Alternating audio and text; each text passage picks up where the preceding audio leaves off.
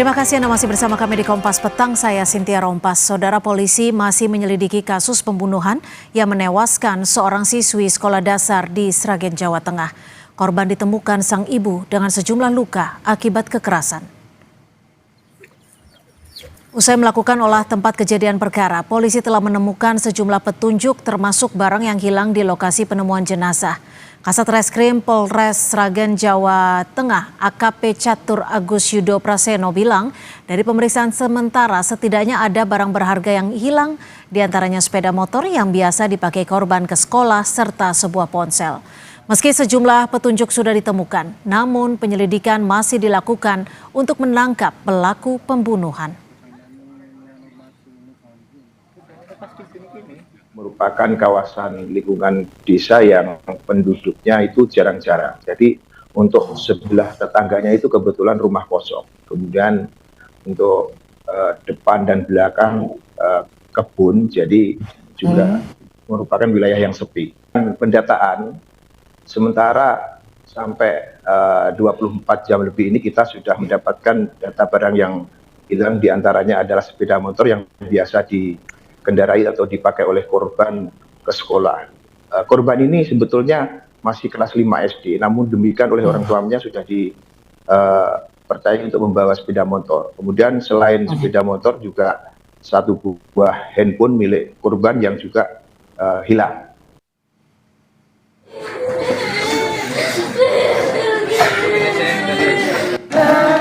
Usai divisum di RSUD Sragen dan disemayamkan di rumah kakek korban, jenazah langsung dimakamkan di TPU setempat.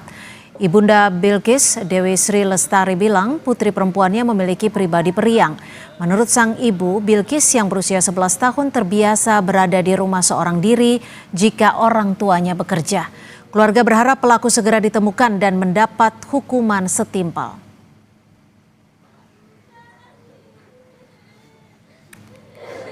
Mudah-mudahan cepat ketemu pelakunya, Bu, ya. Pelakunya. Sehari-hari emang sering sendiri, tinggal sendiri? Iya, setiap harinya tinggal sendiri di rumah sendiri. Untuk memburu pelaku, selain melakukan olah TKP ulang, polisi juga melacak jejak digital korban dalam lanjutan pengusutan dugaan perampokan disertai kekerasan yang mengakibatkan anak 11 tahun tewas dengan sejumlah luka di Dukuh Bromo Asri, Desa Dawung, Sragen, Jawa Tengah. Selain telah melakukan olah tempat kejadian perkara ulang, hingga kini polisi juga memeriksa 4 saksi. Namun polisi belum menyinggung sosok pelaku di balik kasus ini.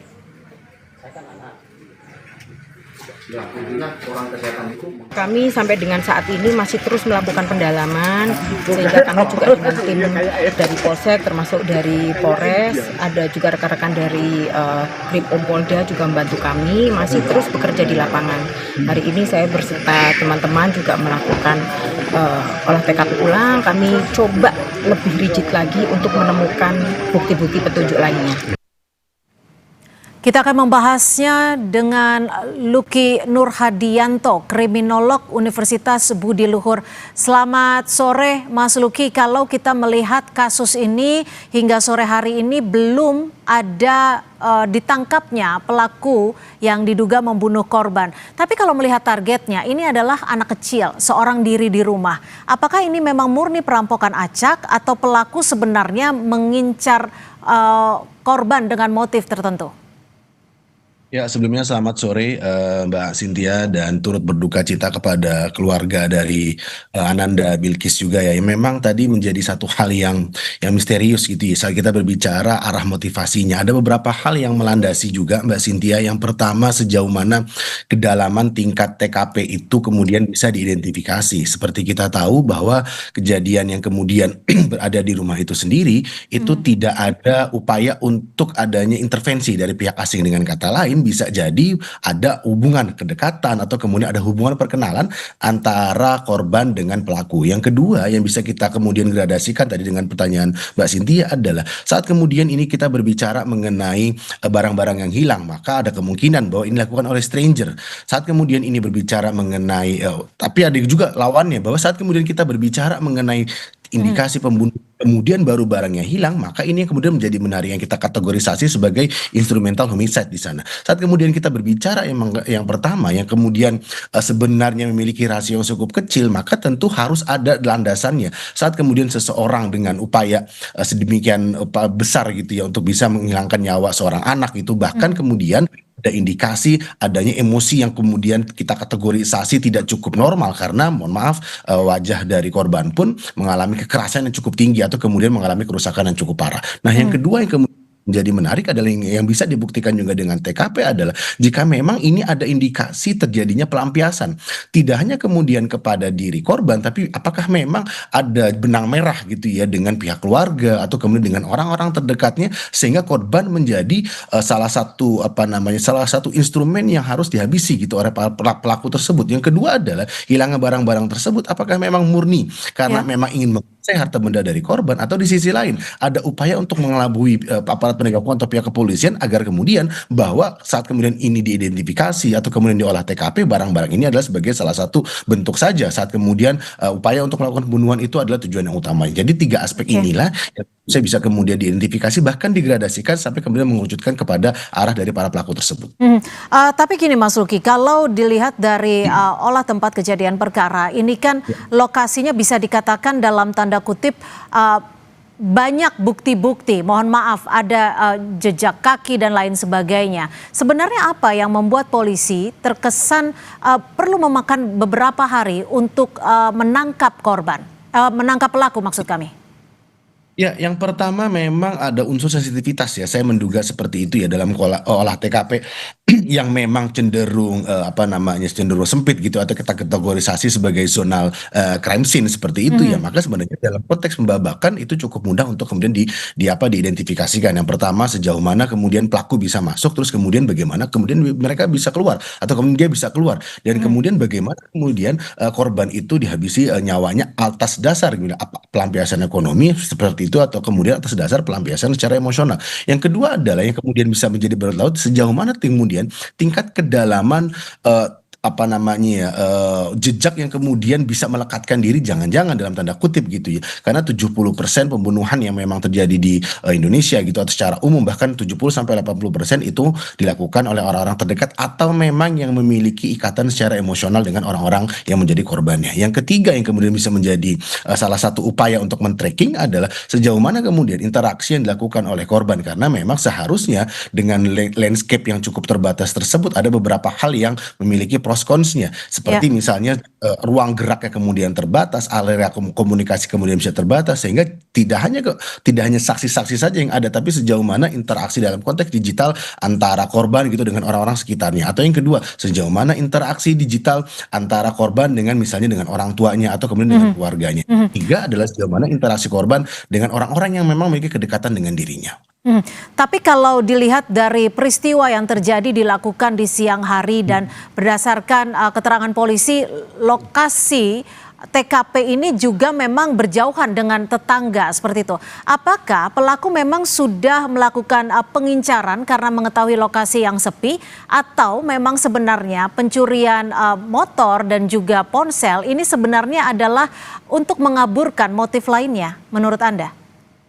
Ya, memang akhirnya kita disuguhkan pada 2 pilihan yang keduanya kemudian tidak menjadi pilihan yang cukup baik. Yang pertama memang jika memang ini dilandasi adanya pencurian atau kemudian perampokan dengan kekerasan, identifikasinya tentu bagi saya ada berbagai aspek yang kemudian mereka lakukan. Yang pertama tentu adalah aspek pengawasan dilakukan oleh pelaku tersebut. Tentu ini akan suatu hal yang cukup wasting time seperti itu atau kemudian para pelaku juga memiliki berbagai opsi. Jika memang ini adalah anak kecil pertama terus kemudian komoditi yang didapatkan tidak sebanding dengan resikonya atau yang ketiga jika memang ada berbagai alternatif gitu yang seharusnya mereka bisa dapatkan itu. Yang kemudian yang bisa menjadi varian yang cukup besar probabilitasnya adalah aspek yang kedua ini yang kita kategorisasi sebagai instrumental homicide. Jadi ada upaya untuk menghabisi